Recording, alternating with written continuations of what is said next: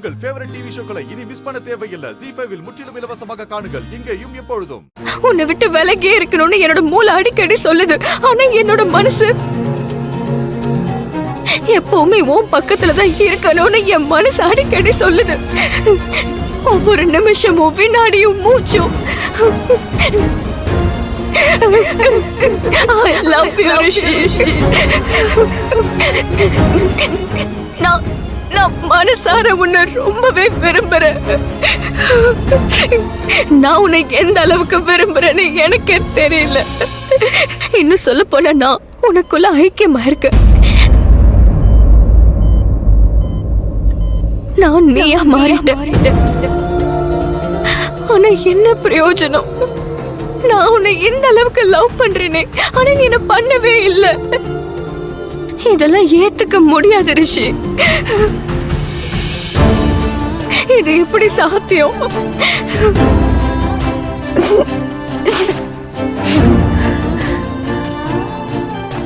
ஒரு தடவை கூட நீ என்ன பத்தி யோசிக்கவே இல்லைல்ல. எதுக்காக நீ ஹீரோ மாதிரி நடந்துக்கிட்ட? நீ என்னோட வாழ்க்கை ரிஷி. உனக்கு மட்டும் அங்க ஏதாவது ஆயிருந்தா என்ன ஆயிருக்கும்? நான் என்ன சொன்னாலும் என் பேச்ச நீ கேட்கவே மாட்டல. ஆனா இன்னைக்கு ஒரு நாள் ப்ளீஸ் என் பேச்ச கேள. ப்ளீஸ் ப்ளீஸ் ரிஷி, எனக்காக எழுந்துரு.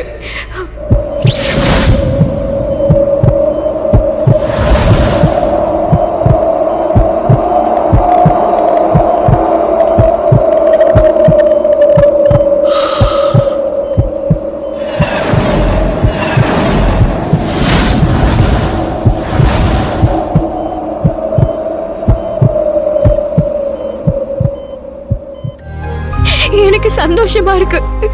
நீ நீ நீ வந்து இப்படி இரு. கண்ணை மூடிராத, சரியா? கண்ணை திறந்தே வை ப்ளீஸ். நான் சொல்றத கொஞ்சம் கேளு. என்னோட பேச்சு நீ கேப்பதானே? வெளியில பாவம் அம்மா, அப்பா, பாட்டி, அத்தை எல்லாருமே இருக்காங்க. ஆயுஷ் கூட டென்ஷன்ல இருக்கான் பாவம். உன்னை பத்தி கவலைப்படுறாங்க. முக்கியமா அம்மா. அவங்களுக்காக தயவு செஞ்சு நீ கண்ணை மூடாத. கண்ணை நீ திறந்தே வை.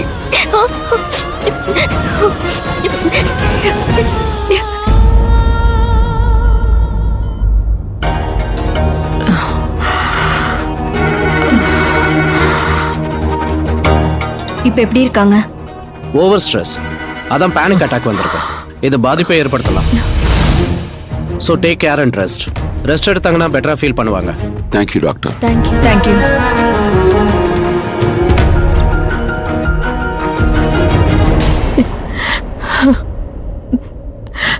அம்மா, நம்ம ரிஷி குணமாயிடுவான்ல? ஏன் குணமாக மாட்டான்? நம்ம ஆசீர்வாதம் எல்லாம் அவனுக்கு இருக்குல்ல. இத பாரு நீலம், எல்லாத்தையும் விட நீ நல்லா இருக்கிறது ரொம்ப முக்கியம். ரிஷியை தாண்டி எனக்கு வேற எதுவும் வேண்டாமா. அவன் கண்ணை திறந்து பார்த்தாலே எனக்கு போதும். தயவு செஞ்சு யாராவது என் பையனை எழுப்புங்க. அவனுக்கு நினைவு திரும்பினாலே போதும். ஆண்டி, நான் ரிஷி கிட்ட போறேன். நான் அவனை எழுப்புவேன். எனக்கு தெரியும் அவன் என்ன ரொம்ப லவ் பண்றான். அவன் எழுந்திருப்பான், என் பேச்சை கேட்பான். கேட்டுதான் ஆகணும். ஆண்டி, நீங்க உங்க உடம்ப பாத்துக்கோங்க ப்ளீஸ். ஆனா ஏன் ரிஷி அங்க? நான் தான் சொல்றேன்ல ஆண்டி, நான் அவனை எழுப்புவேன். அவன் எழுந்துப்பான். இப்ப பாருங்க.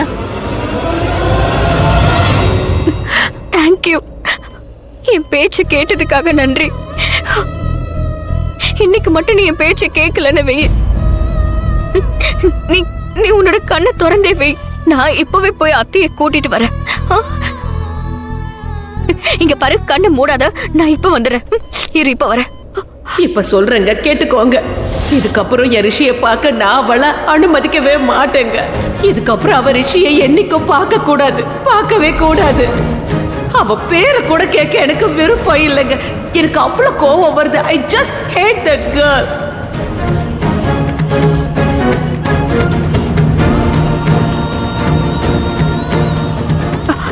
ரிஷி,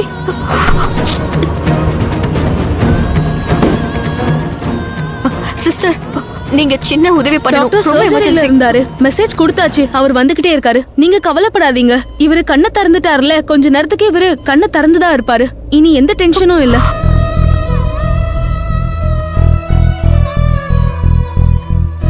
இவர் அளவுக்கு அதிகமா உங்களை லவ் பண்றாருன்னு நினைக்கிறேன். இவர் மயக்கத்திலே தான் இருந்தாரு, எதுக்குமே ரெஸ்பான்ஸ் பண்ணல, யாரும் எழுப்பியே எழுந்திருக்கவே இல்லை அவரு. நான் ஒரு நர்ஸ், எனக்கும் மனசு இருக்குல்ல, நானும் பார்த்தேன்.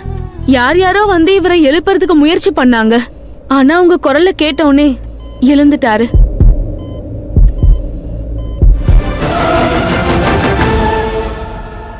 லக்ஷ்மி, லக்ஷ்மி அண்ணி,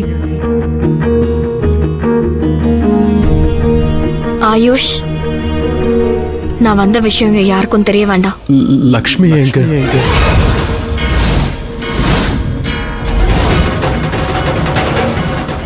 அவ இங்க வரல. அவ இங்க வந்திருந்தா. அவ என் கூட இருந்தா.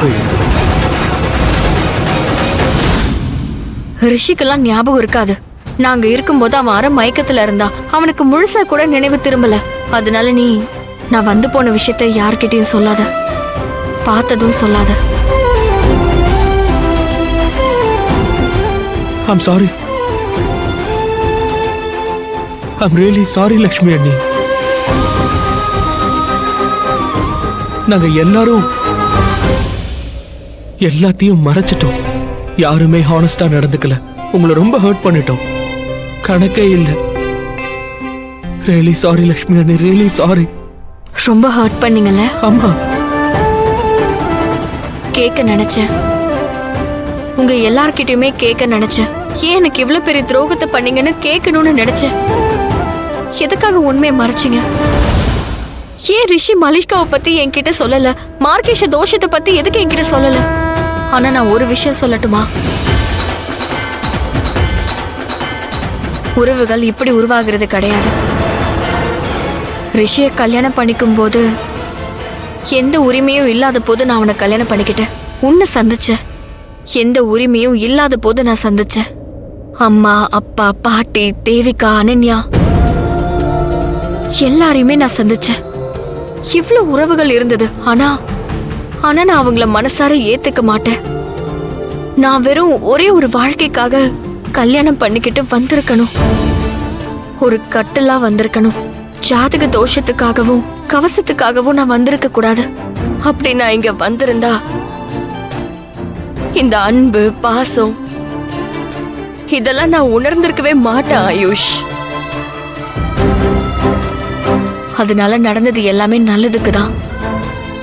இந்த விதியோட விளையாட்டு என்னன்னு பார்த்தா, உறவுகள் கிடைச்சது, ஆனா வலியோட கிடைச்சது, வேதனை கொடுத்தது. ஏன்னா எல்லா விதத்திலையும் ஏமாத்தப்பட்டேன். ஏதோ ஒண்ணு, ஆனா நடந்ததெல்லாம் நல்லதுக்கு தான். வாழ்க்கையே கேள்விக்குறியா மாறிடுச்சு. எதுவும் நிலையா இருக்காது. ஜீ5 ஆப்பை டவுன்லோட் செய்து அனைத்து எபிசோடுகளையும் இலவசமாக பாருங்க.